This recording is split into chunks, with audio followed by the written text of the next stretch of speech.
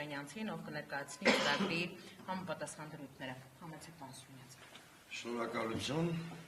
ինչպես նշեց Տիկին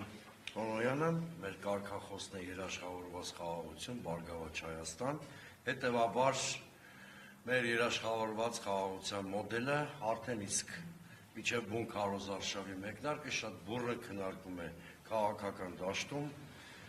բուռն քննարկումների տեղիք է տվել, ուրախությամբ պիտի նշենք, որ այլ ընդդիմադիր կուսակցություններ ևս այդ մոդելից են խոսում, դե իսկ իշխանության պարագայում ամեն ինչ պարզ է, նրանք սվիններով են ընդունում մեր եւ գործընկերների առաջարկած այս մոդելը։ Մենք ելնում ենք այն ելակետից, որ խաղաղությունը հայտարարություն կամ հռչակագիր չէ, այն պետք է ունենա իրավական, միջազգային, ինստիտուցիոնալ հիմքեր, հակառակ պարագայում ունենալու ենք այն վիճակը, երբ ունենք այսօր, երբ Նիկոլ Փաշինյանը օրինակ ներքաղաքական որևէ իրադարձություն կամ իր իշխանության փոխվել, չփոխվելու հանգամանքով է պայմանավորում խաղաղության գործընթացը։ Խաղաղությունը ցանկացած գնով այն ինչ որ թե գրել է այսօրվա իշխանությունը կամ կուզեք դրանք կարող եք նույնիսկ գուլացման մոդել համարեք, չի բերելու երաշխավորված խաղաղություն, դա բերելու է նոր փակուղիների, նոր ճգնաժամերի, դա բերելու է կամ պետականության հիմքերի ոչնչացմանը կամ նոր ֆորս մաժորների անգամ պատերազմների։ Մենք ելնում ենք այն ելակետից, որ առանց արտաքին երաշխավորների եւ հստակ վերահսկման մեխանիզմների ցանկացած համաձայնություն խոցելի է,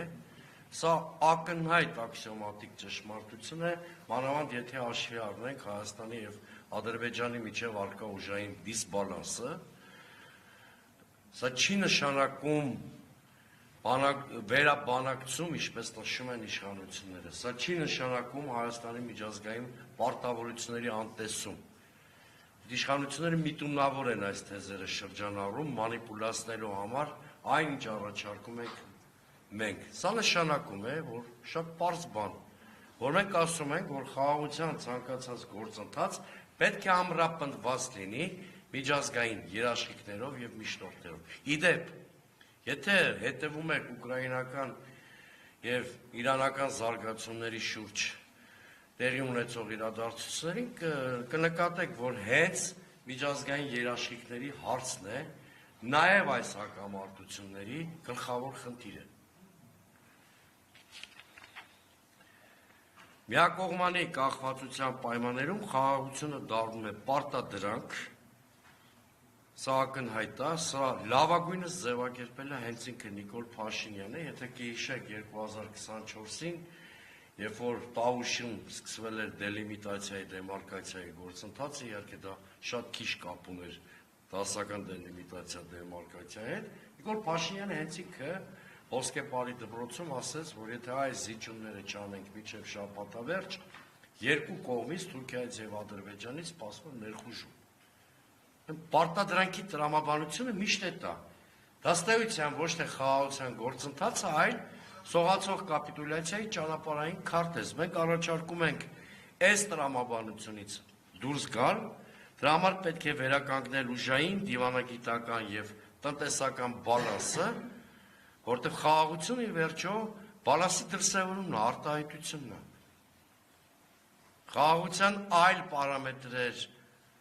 պատրանքներ են կամ ուղղակի ցանկություններ, որոնք չեն ամրապնդվում կոնկրետ գործոններով։ Երաշխավորված խաղաղության բաղադրիչներ մենք համարում ենք պաշտպանական, ինստիտուցիոնալ, տնտեսական, դեմոգրաֆիկ կարողությունների ուժեղացումը, արտաքին քաղաքականության մեջ, ինչպես իմ գործընկերը նշեց, հավասարակշռության դոկտրինը այլընտրանք չունի, որտեղ մեր ազգային ողբերգությունների հիմնական պատճառն այն է եղել, որ Նիկոլ Փաշինյանը հրաժարվել է արտաքին քաղաքականության հավասարակշռության դոկտրինից, շեշտը դնելով երկրի ստրատեգիական կողմնորոշման փոփոխության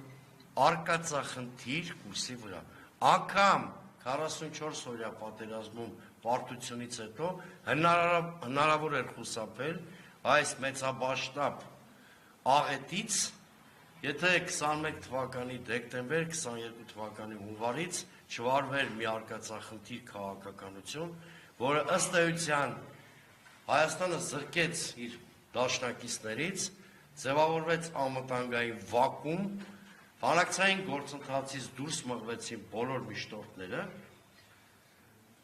արդյունքում մենք քիչ թե շատ բալանսավորված լուծումներ ստանալու փոխարեն ընդունեցինք ադրբեջանական վասալիտետի բոլոր պայմանները եւ այսօր էլ շարունակվում է գործընթացը այդ տրամաբանությամբ։ Հիմա էլ մենք ելնում ենք այն ելակետից, որ իրավիճակը դերևս շտկել կարելի է, շատ իրատեսական լուծումներ ենք առաջարկում, առանց մաքսիմալիստական շեշտադրումների, առանց կարգախոսների կամ հռչակումների, որոնք կարող են հանգեցնել պատերազմի։ Ես վերջում ուղղակի ամփոփեմ, իմ խորին համոզմամբ հենց իշխանությունն է պատերազմի կուսակցություն, որտեղ եթե հետևենք օրինակ հայ-ռուսական հարաբերությունների դինամիկային, ապրիլի 1-ին տեղի ունեցած Պուտին-Փաշինյան հանդիպման հրապարակային հատվածին կնկատենք, որ Հայաստանի իշխանության քաղաքականության շարունակականությունը առնվազն հանգեցնելու է տնտեսական պատերազմի Հայաստանի եւ Ռուսաստանի միջև։ Այլ թեզերի մասին ժամանակի ընթացքում առիթ կլինի խոսենք, առայժմ սահմանափակվեմ այսքանով։ Շնորհակալություն պարոն Սուրենյան, ինչպես արդեն ասացի